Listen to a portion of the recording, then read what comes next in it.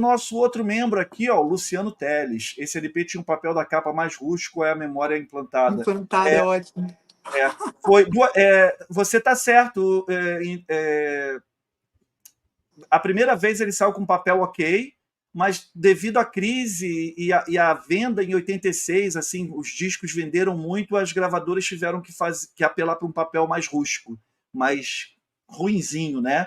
Eu tenho a versão ainda com e sem encarte. Explicar só para o Luciano. Então, assim, o álbum saiu com uma capa com papel bom, normal da época, e com encarte. Devido às grandes vendagens de álbuns em 1986, pelo plano cruzado, se eu não me engano, vendeu muito disco, né? Legião vendeu muito disco, 86, RPM, essa galera toda. Aí fizeram depois as novas remessas, um papel mais fino, de péssima qualidade mesmo, e sem o encarte. Não, e o Jorge trouxe um negócio agora. Eu fiquei o tempo todo pensando. É muito legal a gente poder conversar ao vivo, assim. No Dylan. Porque essa coisa do outsider de beatnik que o Humberto tem, de não pertencimento, de não enquadramento, eu gostei. Porque eu tinha uma certa coisa assim com o Humberto, sabe? Eu falava, pô, o cara não, né? Não Qual é a dele, dele, né? Eu acho que você dele. fazia essa pergunta, né? Qual é a desse cara, né? Qual é que é Humberto Gessinger, sabe? Aí a gente começa a conhecer, ele é de um preciosismo e de um comprometimento, Sal, com a música, M maiúsculo, que é de dar gosto. E aí a gente começa a analisar as letras, é um sujeitozinho diferenciado, a Renato Russo, porque as referências dele são todas riquíssimas, riquíssimas. Perfeito. Ju, a gente vai entrar assim, lá para o faixa a faixa, né? Eu já fico logo curioso, querendo que a gente analise as faixas, comente as faixas, a galera deixa o disco aqui. Mas antes disso, eu queria ver com você assim, ó. Muitos mesmo, dizem que a maneira que Humberto escreve é bem parecida com a de um poeta urbano, né? Observando sempre, criticando o cotidiano, as relações sociais e tudo. Humberto não compõe muito na primeira pessoa também, mas assim, não é tipo Cazuza, que fazia muito isso e tal. Na sua visão, ele realmente se aproxima mais desse perfil de poeta do que de músico?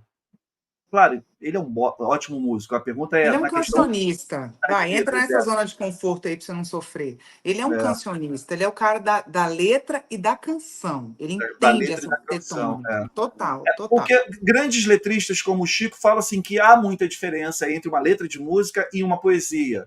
Eu consigo entender o Chico, mas também consigo entender quando falam que o Renato Russo é um poeta. Mas eu Você colocaria entende? só um elemento aí, Sal, a intenção.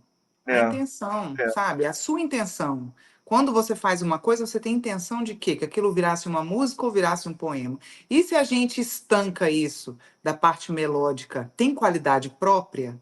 Aí você brinca de poeta com quem você quiser. E aí a gente consegue enquadrar Humberto Gessinger tranquilamente. Porque há uma riqueza de conteúdo, ele tem Sim, uma preocupação com rima, tanto todo mundo brinca, quem é Ana? Ana, ele, pô, era para rimar. Mas assim, ele passa a vida respondendo quem é Ana. sim. Mas falando seríssimo, assim, ele tem uma arquitetônica, ele tem uma construção. É, É, você não sai. Todo mundo fala, pô, mas esse primeiro álbum nem é o melhor dele. Gente, por favor, vamos analisar as letras que ele trouxe para cá no primeiro álbum. Você está falando de um álbum de estreia, de de um estreia. jovem de periferia dos grandes centros de consumo de música e produtoras e gravadoras, que está fora do eixo e que ascende por mérito próprio contando Perfeito. aquela história engraçadíssima lá da participação deles no show, que eles nem fizeram passagem de som, que o Pitts fala naquela live contigo, e que o Júlio também traz no canal dele. Mas, assim, ele é muito self-made, sabe? Humberto, ele se constrói mesmo, assim, e ele Sim. gosta desse hermetismo. Ah, ele é hermético? Ele é hermético, de propósito. Por E isso se que eu sempre sente lembro do Dylan. confortável sendo assim.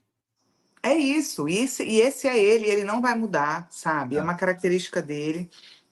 E aí tem outra coisa que também eu percebi quando se fala de Humberto Gessinger, né?